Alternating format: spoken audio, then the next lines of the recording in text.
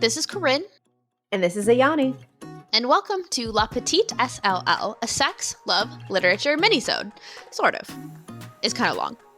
We know it's been a while since there's been new SLL content, so consider this a check-in episode more than a minisode. We let you know why we've fallen off the edge of the map, sorry about that, and talk about what media has been sparking joy for us in the last couple of months. If you'd like to know when our next episode goes live, and get access to behind-the-scenes content, find us on Twitter, Instagram, and Facebook at SexLoveLit. Plus, you can let us know what's been sparking joy for you. And with that, let's get on with the show. Well, hello there, SLL listeners. It has been a minute. It has been a minute. Yeah, we're sorry about that. We offer our most humblest of all apologies. A lot has been going on. So welcome to this, I guess it's a La Petite episode of SLL, in which we kind of want to fill you guys in on just life and things, how we've been doing, why we've been absent. Mm-hmm. But then we also figured we would just spend some time to, talk about what's been sparking joy for us these last couple of weeks. Has it been a month? I don't know. Time is still a construct and is still a lie. But yeah, we figured we'd check in, say hi, tell y'all that we've missed you, that we're thinking about you, and also let you know some of the things that we do have planned coming up for this next year of SLL. I still can't believe that it's been a year that we started doing this podcast. It's still very, exciting to me. Yeah, I think it's like a year almost exactly since we actually published our first episodes, because even though we recorded a few, but we wanted to have some sort of backlog to post at once. Yeah, and that's something we'll, I guess, have to work on as we continue podcasting, is having a backlog of stuff. So if the world explodes again, we actually have content to produce. But yeah, in that vein, a lot has happened since we have last talked to y'all. I guess starting off, I moved to Texas. So that has kind of been occupying a lot of my life. Andrew got I guess it's technically a new job. The job that he was working for moved. So that means we also moved.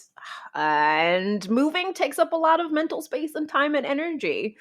Mm-hmm. Speaking of moving, I was not planning to move, and I am still in Florida, but my apartment flooded. So I also am moving right now.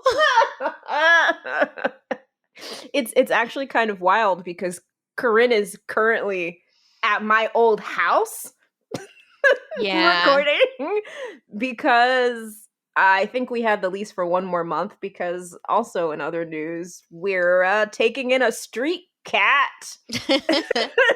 So she's been helping us with kind of the quote unquote rehoming process by helping him turn from a street boy to an inside boy. Yeah, it's really not that hard. All he would like to do is sleep inside instead of on the porch, but also he likes to yell and also go outside sometimes, so I don't know, that's not going to be my problem. No, that's our problem. It's a process, and it kind of makes me feel better that we extended the lease out for an extra month, because Corinne's apartment flooded and now she actually has a place to stay, so it makes that a little better. It makes me feel a little less off the wall for extending our lease a month to get a cat. Yeah. No judgment, though. This is a judgment-free zone when it comes to cats, right? We judge about other things, just not cats. No, never about cats.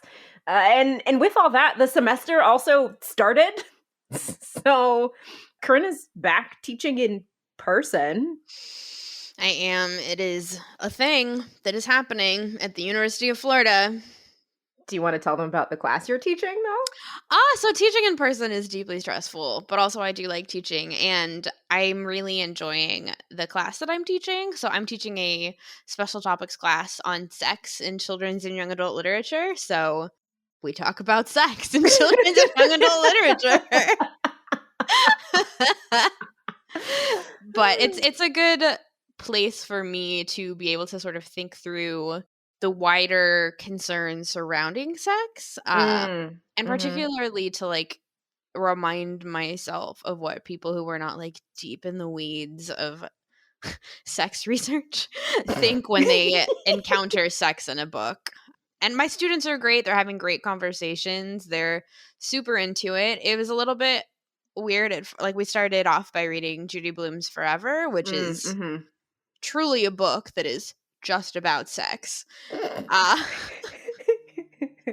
So we kind of had to rip the Band-Aid off into like talking about things that are like, you know, pretty explicit and often very personal, even if you're not talking about your personal experience. Yep. So I guess this podcast was actually good practice for that. Yeah. I mean, what you were saying, we kind of talked about in our Why Sex episode, right? So you're now putting a lot of what we talked about then into practice, which is, I think, super interesting and a little not self-aggrandizing, but like you are doing a podcast assignment. I am. And we're going to talk to them about podcasting. Someone's like, ooh. Getting very meta. What is the study of English literature if not getting very meta, right? And Ayani will almost certainly be guest lecturing in my course. Oh, of course. So. Of course. I have to get my teaching fix by coming to other people's classes. Being like, hi, hello. She's also cheating because, I mean, she doesn't have to grade, but... Yes. I thought that was obvious.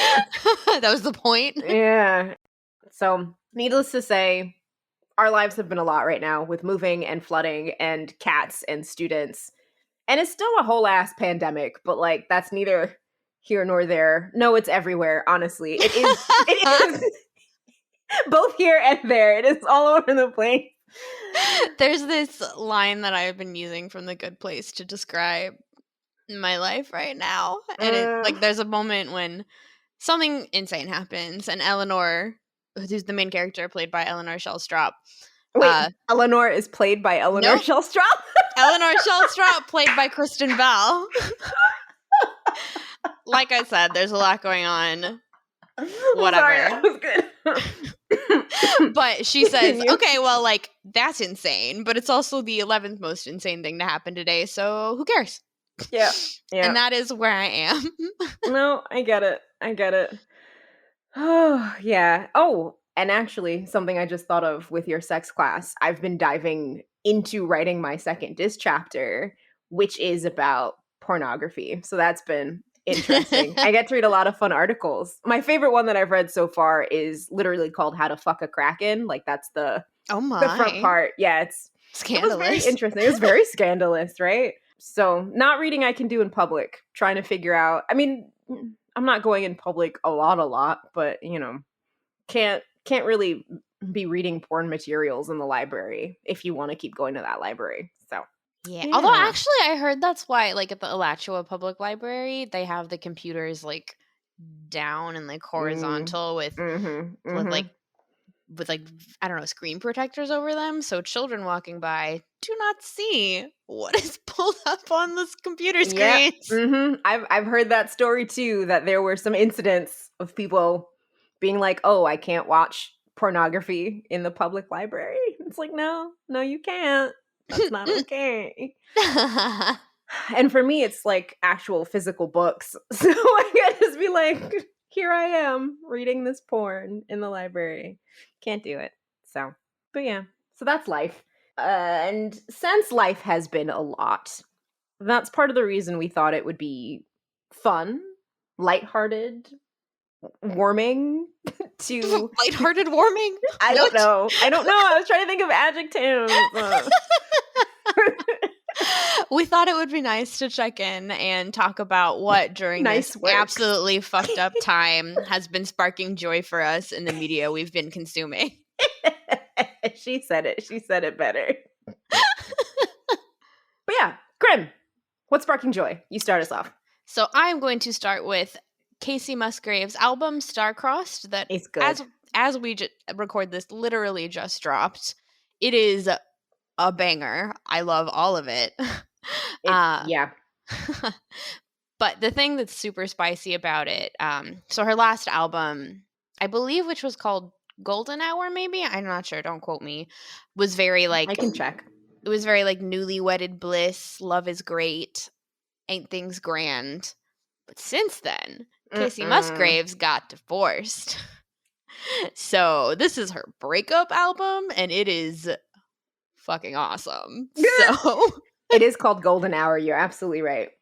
Yeah, it's phenomenal. Like, I didn't know Casey Musgraves until Corinne texted me this morning and was like, "Welp, this is what I'm listening to while packing." And I was like, "Oh, I'll give it a listen." I haven't. She's country, right? You'd consider her country, uh, she's pop country, pop country. I'm not a country pop. country listener, but one of the challenges that Casey Musgraves has kind of faced is that she's pretty liberal and pretty affirming about a lot of things, but that means that she doesn't necessarily get a lot of play on country radio stations. Oh, interesting. So I find her very interesting just as like a figure within the country music scene, in addition to really, really enjoying her music. I did not know that. You've taught me something new.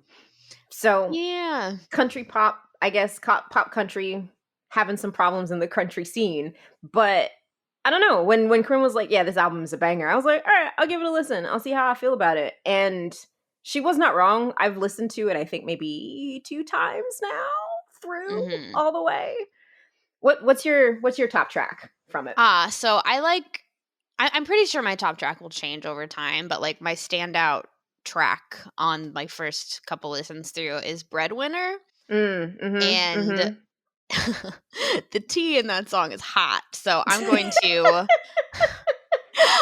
read the lyrics to the chorus just to give Ooh, you an idea of what it's about, and also maybe to give you an idea of what her divorce was about. ooh, Uh, but the chorus is like, he wants a breadwinner. He wants your dinner until he ain't hungry anymore.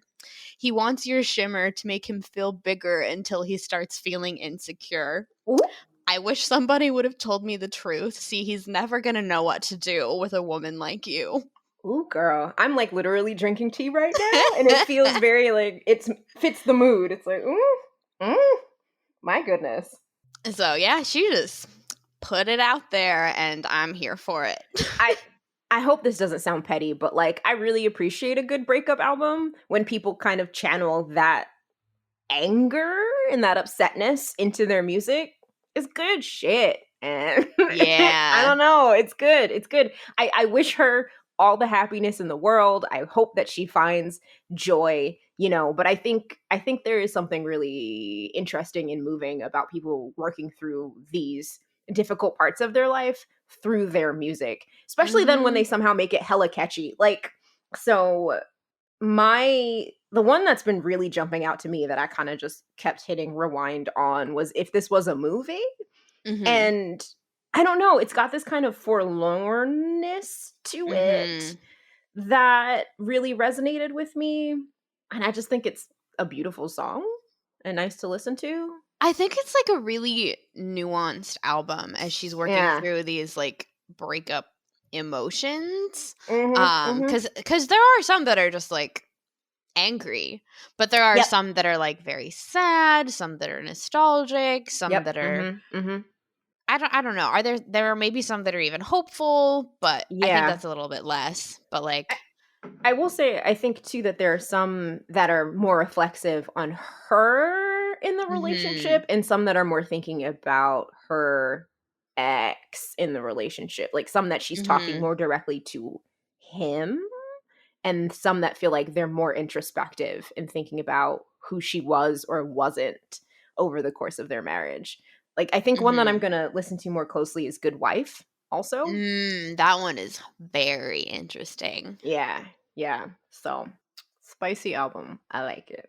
So, what is something that has been sparking joy for you, Ayani? And Corinne's gonna roll her eyes about this, but so this season of Destiny 2 Oh has my been really god. spicy. So I'm not gonna dwell on this for too long. What is Destiny 2, Oh, Ayani? oh, for context, Destiny 2 is I guess it's a MMO, a massive multiplayer online game that takes place in, I guess it's kind of a space opera, spacefaring game. Your hub is on Earth, but like you go to different planets in the solar system, and you are a character called a guardian. You have powers. You're either like a space knight, a space wizard, or a space like thief kind of character, if we go with the fantasy tropes. Mhm. And things happen. There's a whole world, there's ecosystems, there's your allies, they're your people that you're fighting against. But one of the things they've been building to recently is playing with your expectations of who's your friend and who's your foe. So the Mhm. way that it works is that there started off as 4, but I think there's like 6 now, different species of enemy that you fight. And now we have allies from, I want to say 3, or maybe 2 of those different species. My favorite of Mhm. which is the Elixni. I just bought a stuffed version of their offspring, and I'm very excited about it. It's a baby. I bought an Elixni baby, which sounds really bad because I said I bought a baby, but like, Yeah, I'm the very way that excited she about it. announced this to me was with no context. It said, "I bought a baby." It's like, "Oh, you did? Okay." I'm very excited about my pending adoption of my Elixni child, who I'll have to give a nice, good Elixni name so it knows its heritage. But that's neither here nor there. But anyhow, this season has been particularly spicy because somebody who was dead has now come back to life. It's part of the guardian thing, and he's getting into shit with the people who used to know him in the past, who haven't had a chance to kind of reconcile who he is now with who he was before he died.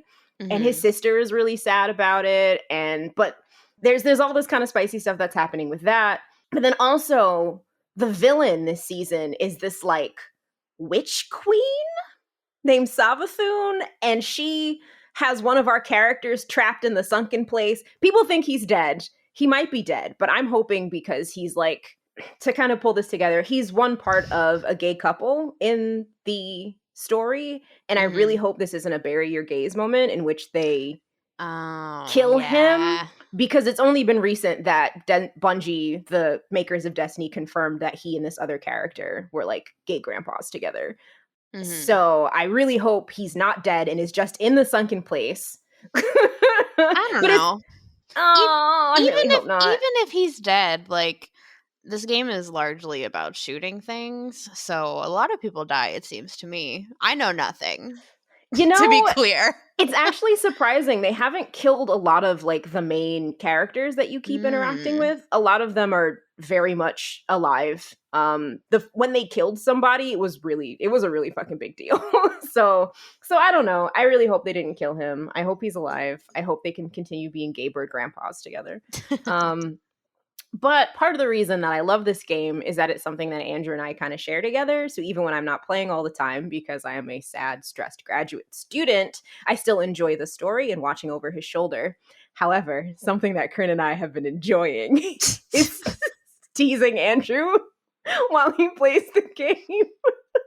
So, for context, he plays this game constantly, all the time. Constantly. Like, literally Constantly. every day, because he has, like, shit he has to do. I don't understand. I don't understand video games. That is not my bag. But he was playing earlier in the summer a game called Mass Effect, Yes. which I Well also done. Look at which you remembering. which I also know very little about. But there is a planet that he was on in Mass Effect that is completely inconsequential called Antibar. And I fixated on Antibar. And it started out that every time he was playing Mass Effect, I asked him why he was still on Antibar. And then, to be a pain in the ass, because even though I know nothing about video games, I can tell the difference between Mass Effect and Destiny. I always ask him why he's still on Antibar.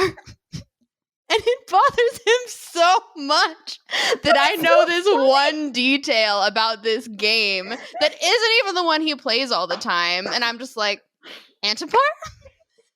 I also spell it wrong. Anyway, this makes Ayani lose her shit.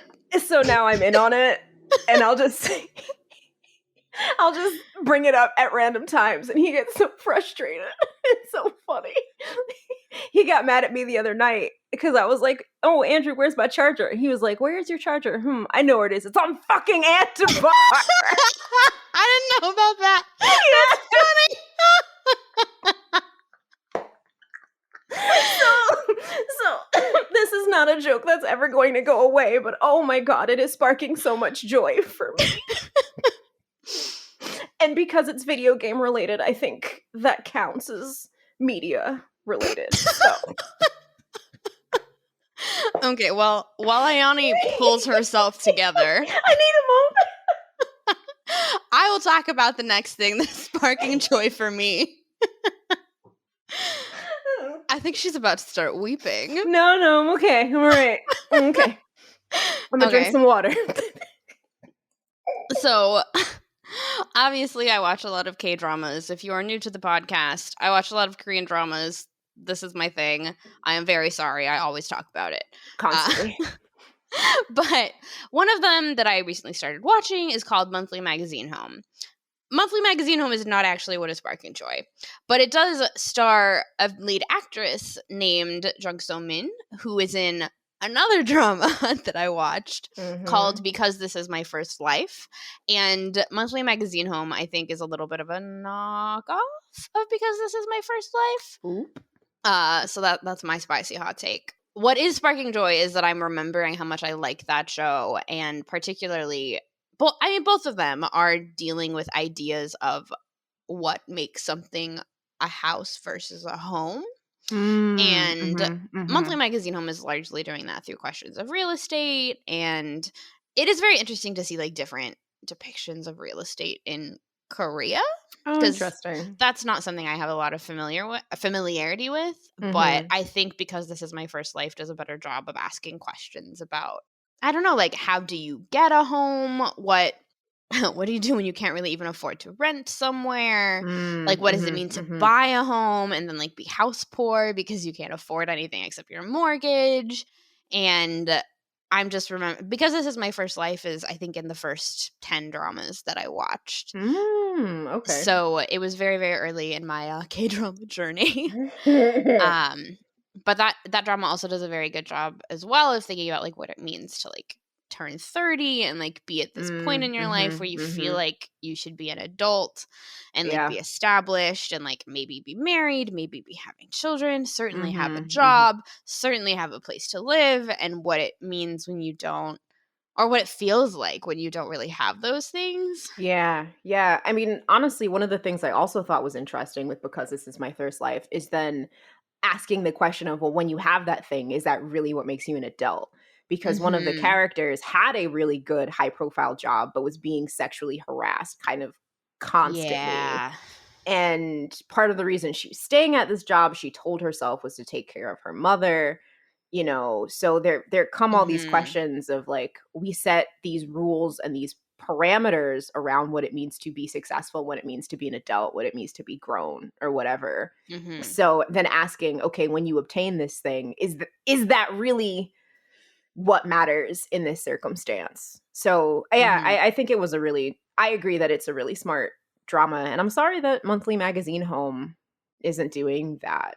Yeah, I mean it's a little bit lighter, and I am enjoying it largely because of the lead actress and also because of the second male lead, who is played by Gong Gun-ju, and he was the one of the second male leads in Extraordinary You, which is one of my all-time favorite dramas, and he is just an adorable little puppy dog snowflake child cupcake who needs to be protected, and We also adore I him. love him. Yeah. We adore him. But like, not recommending Monthly Magazine Home unless you are deep in the K-drama rabbit hole like me. Am recommending Because This Is My First Life. Yeah. I mean, I was secretly hoping that it was going to give you Romance as a Bonus Book vibes, because it takes place at it's about publishing in a sense, Yeah, right? it does. It takes place at a magazine publishing house, or specifically like the publishing house for Monthly Magazine Home. And it is trying to do this thing where like the CEO is a real estate mogul who like looks at homes as places to invest in, and the female lead looks at homes as places to live, and they're supposed to like meet in the middle, but he's just such a dick. Yeah, ain't about it. So anyway, I'll probably finish it, but there are reasons to watch it, and if you really liked it, I am very sorry, but You're allowed to have your opinion. It doesn't have to match everybody else's. yeah. So what else is sparking joy for you, Ayani? All right, I'll take the ball back. Something that is sparking joy for me. Let's see. So I started reading The City We Became again by N.K. Jemisin. I had started it a while ago because I was like, reading, that's something I should do. But then I stopped because I decided that reading was not something that I should do. But I've really gotten back into it. I think in part because I have moved and I'm feeling a little quote unquote homesick for Mhm. the homes that I have built over the course of my life. So I'm sure we have talked about this on the pod, but again, if this is your first time listening, I'm originally from New Jersey. I grew up, I want to say like 15 minutes outside of Manhattan. I Mhm. live closer to Manhattan than some people that actually live in New York City.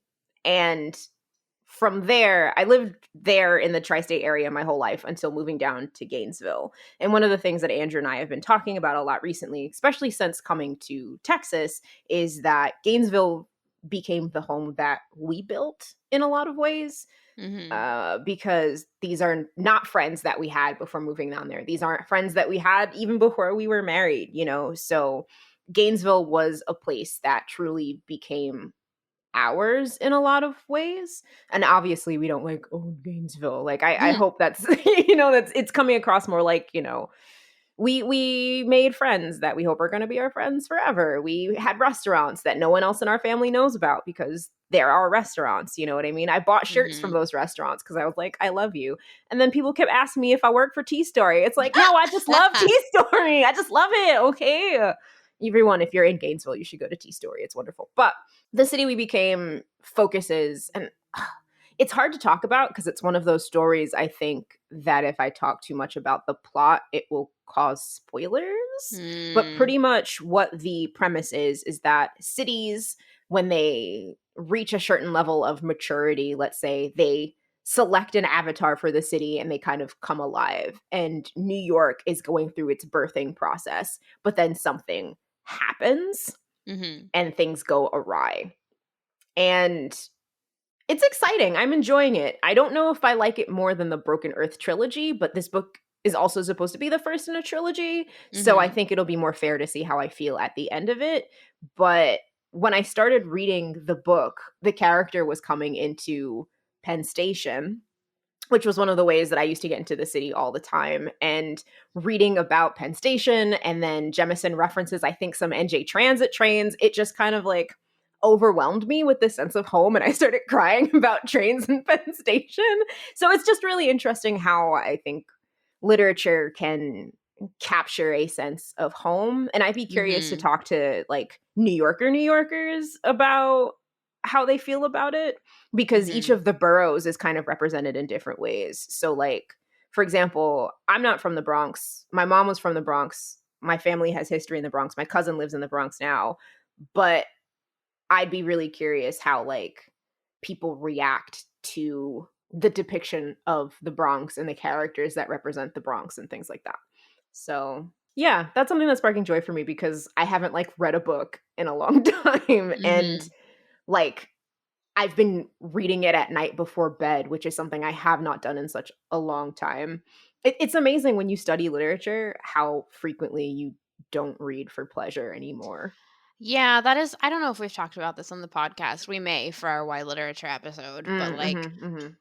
like, for me studying children's literature, it's so often what I read for fun can very easily find its way into my work, Yeah, mhm, which is, like, one reason that I like it and like doing this because I am reading books that I like largely, but also mm. means that, like, it is hard to draw the line between, like, work and play. Yeah, mhm. I think it's and this might just be for me, I think it's a little easier with comics because sometimes comics are easier to take a first read of. Like, obviously, if you're writing about comics, and one of the things that's great about comics is that you can sit with them and think about the images and all that kind of stuff. But I have on my What's Sparking Joy list some comics that I read comics in the morning before like I get dressed. So like I do have them as part of my rotation, but it's I don't know, it's different. It asks different things of you, I think, So than what are committing to other those novels. comics that are Oh. sparking joy? Oh, we're gonna go back to me again. All Now right. we're gonna So dive right in. all right. So 2 that I picked, because there's a couple that I like are my weekly reads, so to speak. But 2 that I've been really enjoying recently are Claw Shot by Amy Sotoyo. I hope I'm saying her name right. It might be Amy. Amy. which I'm really enjoying, partially because it's a little bit research related. I'm actually Mhm. writing about one of her works in my dissertation, Is it but on Webtoon or where are you reading it? it is on Webtoon. Both of these are on Webtoon. And this one is really interesting because her work, she does phenomenal work, but it takes her a very long time to like get the full colored chapters together. So what she does is she runs gag strips in the middle of kind of the fuller episodes. And the Mhm. gag strips are just so ridiculous because the two characters are so horny for each other. So they're just like the joke will be like the so I think his name is Ernest. I forget her name, but the main female lead will just be like, "You should do something cute," and he's like, "What? I don't do cute things. That's not what I do." And she's like, "Yes, you do cute things all the time. You do me." And it's just like, "Oh, okay." Oh my god. So Okay. there's just like these really horny jokes all the time. So sometimes I'll just be like, ha ha ha ha, and then I'll send it to Andrew. I'll be like, ha ha, this is funny. Look at them being horny for each other. But also the main male lead turns into like a cow werewolf monster thing. So it's like Sure. research. Also, I don't know, but it's been sparking a lot of joy for me because I'm just like, sometimes the puns are very punny, but sometimes you need just a very punny pun to like make you laugh. And the other Mhm. one that I've really been enjoying is My Giant Nerd Boyfriend by Fishball, Mhm. which is one of the super popular ones on the Webtoon platform. And what I really like about it is the way that Fishball kind of weaves together narratives about her life, but also then sometimes it's like she's talking directly to the audience, but sometimes it's just things that they're imagining and talking about. Like the one I think I read this morning was actually what are your favorite romance tropes? Oh. So, yeah, so it was a lot of fun, but it's funny. I think I've been reading my giant nerd boyfriend for a long time, and it's another one I send to Andrew because we are size difference in real life. And I'm like, haha, look, another giant man that loves a tiny lady. Here you go. But Fishball's father passed away during everything that's been happening with COVID. And she had some really tender strips about her father's death. Mhm. And I don't know, that just kind of made me really attached to the comic. Not in a way that I hadn't before, but it was almost like, I don't know, it turned a page for me in a way. Mhm. And Yeah, well, she's like done. it added emotional depth that you weren't necessarily looking for in the same way. Yeah, maybe. Yeah, cuz she's done some strips like that with the boyfriend character, right? With him dealing with different kinds of things in his past. She's done some conversations about mental health being like a centipede that just wraps itself around you, which is great cuz centipedes are terrifying. Millipedes are cute with their many little legs, but centipedes No. look like No. it's different. It's Centipedes look like not. it'll bite you. A millipede's not They going to both bite you. no. I'm Okay. sorry, you're wrong. All right. All right. That's fine. I don't have some bugs bother me, but other bugs don't. And then people are like, "Why do you like cicadas?" And I'm like, "They're cute with their big silly eyes." See, They're Corinne's not looking cute at me. when they fly at your head.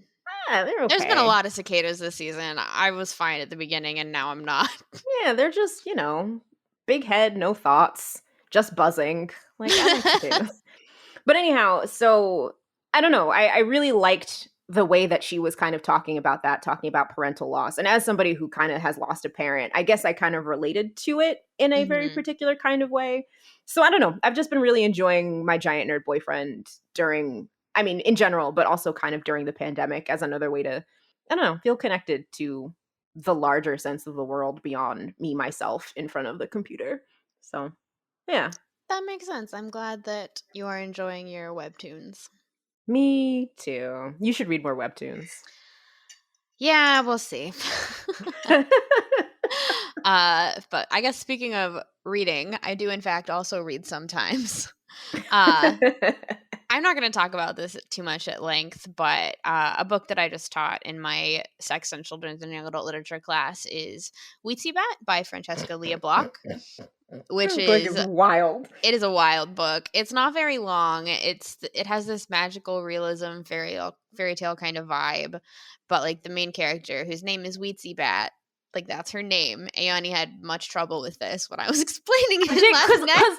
because here's the thing. She was like, we're reading Weetzie Bat. So in my head, the character is a bat, and it is a children's book about the bat named Weetzie. Like Weetzie the Bat. And she was like, no, she's a person. I was like, okay.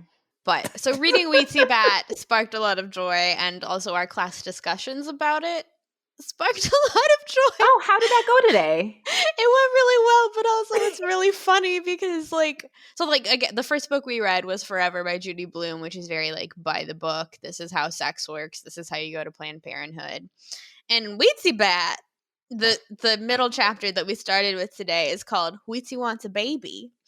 But oh boy. Weetzie's partner, who is named, I kid you not, my secret agent lover man, does not want a baby. Actually, this really kind of resonated for me reading it because he doesn't want a baby because of like all the bad things happening in the world and thinks that like it's not a world to bring a baby into. But like this book was published in 1989, so like that still resonates, I think, with me. But then so Weetzie, whose gay best friend named Dirk is partners with a man named Duck. Dirk and Duck were like, we'll give you a baby, Weetzie. And then they have a threesome and have a baby. Oh, they had a threesome? Oh, I didn't realize they had a threesome and one of them got her Wow. That is not how you explained it to me yesterday. But it's a little bit like left in the spaces in between the words. Because like Forever, again, is like very explicit. Like this is what went where when. And Weetzie Bat is like, they sat in bed and listened to I Want to Hold Your Hand by the Beatles, and we're like, this is weird, but we're friends and we love each other and we want to have a baby. And then that was the night that they made a baby. Maybe, or maybe not, as we'll find out later. And then like at the end of the chapter, they're like, oh, well, the baby looks like Duck and Dirk and my secret agent lover man. So there is some question as to who the father is, but also it's magical realism, so it's also all of them. Yeah, I was going to say, that's all their baby. That baby has 4 parents. Mm-hmm. I wish my face could make noise, because I was making an expression while you were talking, but I really like Weetzie Bat. Highly recommend. It's the beginning of a series, and I haven't read the series, but if you're in for an acid trip young adult novel, Weetzie Bat is where to go. Weetzie Bat. Not about a bat. And I guess to round out this kind of conversation about the joy that has been sparked for us, let's talk about Love Struck in the City. So it's another K-drama. Corinne has got Andrew and I watching K-dramas. We don't watch Andrew and I don't know. We have different tastes, so we kind of watch different things. I make no times. apologies. I've only improved their lives through this. So Corinne and Andrew are watching Hospital Playlist. That's kind of their thing. And then I'm watching Love Struck in the City, which Corinne wanted me to watch for a variety of reasons. And this show is a trip, man. It's a mess. I am not 300% sure how I feel about it, but I've been texting Corinne every day while I watch it. So, like, the thing about Love Struck in the City, so it's available on Netflix. It's a Netflix-produced drama. So, if you have Netflix, you can watch it, and you should. I'm not actually 100% sure if it is, like, an objectively, like, very good drama. And yet, I deeply, deeply loved it. So much so that I watched it twice within, like, the space of a month. Yeah, you are. That's right. You are in your second watch of it. Yeah, I'm not 100% sure it's very good either, but there are things about it that I deeply enjoy. So what the premise is that it's a mockumentary kind of show, in that there are, 5 characters? 6. 2, 3, 6. 6 characters that are being interviewed for a documentary about love in the city, in Seoul, right? And each of the characters, of course, have their own plot lines and storylines. 2 of them are dating, 2 of them used to date, and the other 2 had a wild, hot summer fling. And then one of them just, I guess she is the female lead of the show, disappeared on Homie, on the male lead. And so they're all kind of intertwined in all of these different kinds of ways. But the thing that I deeply love about it is that they all kind of comment on each other's stories as if they were watching it along with you, and then had like shit to say. So there's Yeah, a like, lot of shit talking, and it's like I part like of the it. setup that I deeply love is that like they can show each other like the interviews. So like when male lead homie is like talking about this woman who he like had this passionate summer fling with, so much so that they got married. But just for pretend, but also for real. Yeah, it's very interesting. But then he finds out she's also doing the interviews and then starts like sending her these video letters through the interviews. And she's just like, move on, dude. Yeah. It's very interesting, I think, in some of the ways it's asking questions about love and romance and playing with those things. Like, one of the things that I'm in the middle of the series, I'm on episode 10, and I believe there are 17. But one of the things that Corinne says that it makes some commentary on is the manic pixie dream girl trope, because the female lead, when she's on this beach trip, this 2-month whirlwind, is really leaning into kind of like the magic pixie dream girl kind of trope in this kind of persona that she's cultivating for herself. But when she leaves the beach, that's not who she is anymore. And I know for me, I sometimes get a little annoyed by that trope because of how very unrealistic they can be. And it's like, oh, this is the perfect woman. It's like, yeah, but that kind of woman doesn't actually exist. But then also, this is a fantasy. So, like, but I think based on what you said, they're gonna play with that some, and there are gonna be some interesting twists and turns that happen. But I think what I really enjoy more than that storyline, though it was really like spicy this episode I just watched, because he like found her after a really long time, and I was Yeah. like, oh, it's all coming to a head. Yeah, But it's been a year since she ghosted him, basically. yeah, but I'm really enjoying how all of the other characters are both interacting with the main kind of story through line, but also all of their little stories as well. I'm kind of more entertained by, if that makes sense.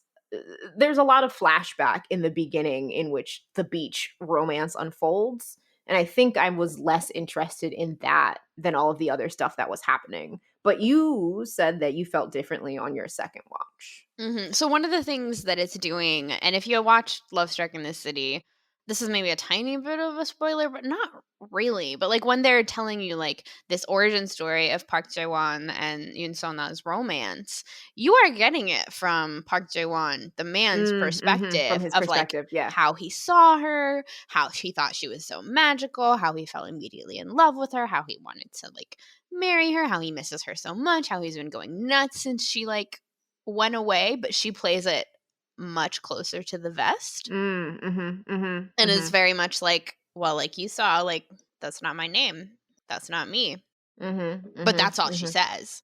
But then like you learn more about her as the drama goes on and like why she did this. Yeah, I don't know that yet. Yeah, so I'm not going to tell you why, but watching it again, knowing her perspective and seeing the spaces where like she's playing it. The actress is playing those pieces. You just don't know them yet. And we're just so like trained, I think, as viewers and as people who live in a patriarchy to like look at things from the man's perspective a lot of times and be like, oh, well, like that woman must just be crazy. And like that's just like very easy to fall into because a lot of the time that is how women are written. But like to see it knowing more about what was going on in her head at the time was like, I get it. Also, like, I'm a little bit telling on myself here, but part of the reason that I love Love Struck in the City is that I love me a female character who is a flight risk. Who, like, at some point is just going to be like, I gotta go. I gotta run. And for me, it's like, if you gotta go, girl, you gotta go. And, like... And then this drama that is exactly what she did. She like decided she had to leave, and I don't care whether like you think her reasons are fair or logical.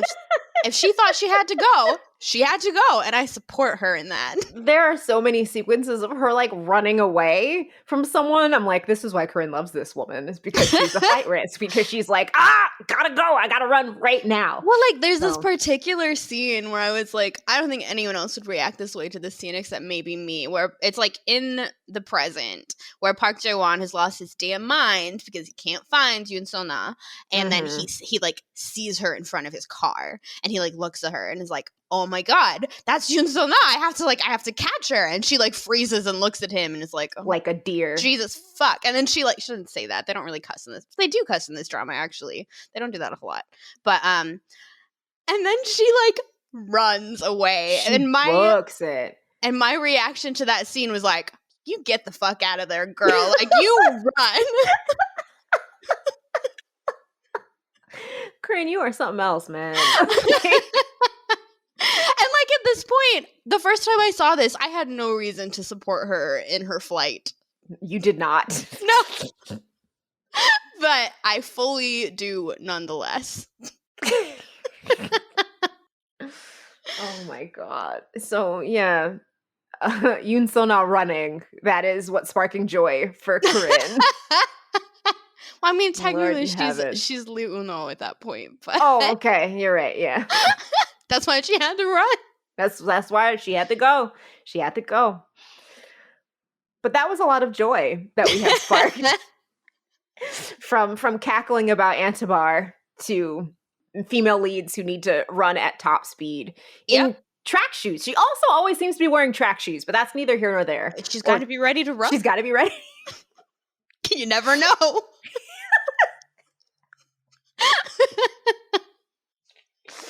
God. We figured it might be nice to give you guys a little bit of a preview of our episodes that we have forthcoming. Because the world is our oyster. We have some things recorded that just need to be edited. But when you move, you also pack up your computers. And some things that we've got on the docket to record. There's a lot of fun, exciting things happening with SLL. So we thought we'd give you guys a little bit of a preview to whet your appetites about the kind of discussions we have coming up.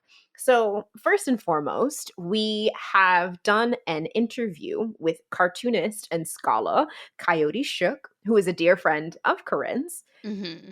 That just needs to go through, I guess, post-production. But it was a fascinating conversation, and I'm really excited for y'all to hear about Coyote's work and the kinds of things that they're doing. So be on the lookout for that. The next thing that we have on the docket is the sort of conclusion of our La Petite miniseries, Why Sex, Why Love, and Why Literature, which is the one that will be forthcoming. Yeah, we've got a lot of literature feelings, obviously. After that, we need to record an episode on Your Name, which I know we've promised to quite a few people. But Andrew has also been very much like, another thing he texted me before us recording this was, I want my Your Name episode. So we will be recording that soon and hopefully getting that out to y'all as soon as possible. I think that's our next deep dive after the Coyote interview, right? Yeah. And then after that, the world's kind of our oyster. We've been thinking about doing an episode on Forever since that is such a staple kind of, sex education text? Would that be fair to say? Yeah, sex education, young adult problem novel kind of text. Yeah, that kind of thing. Okay. And then Corinne has been so in love with this bizarre Wheatsy bat that part of me is like, oh, maybe I need to read that. I don't know. And I mean, we both like Love Struck in the City, so that might become a La Petite or something else down the line. Honestly, the world is our oyster. I'm still trying to get Corinne to watch like a classic Black rom-com, so maybe that'll come up sometime soon. I'll do it. I mean, I did watch Your Name. I did that. That happened. So like, but that's not Black people. That's Japanese. No, I would say I like watch stuff that you tell me to. I don't just make you watch things. No. That's very fair. That is very fair. It is a give and take. But yeah, we have a lot of things on the docket for SLO. We have not forgotten about you. Life is just a lot. So if there's anything that you would like to recommend we do an episode on, please find us at Sex Love Lit on Facegram. On Facebook, Instagram, or Twitter. You almost did it again. I did, but I didn't. But yes, please find us at Sex Love Lit on Facebook, Instagram, or Twitter. All one word.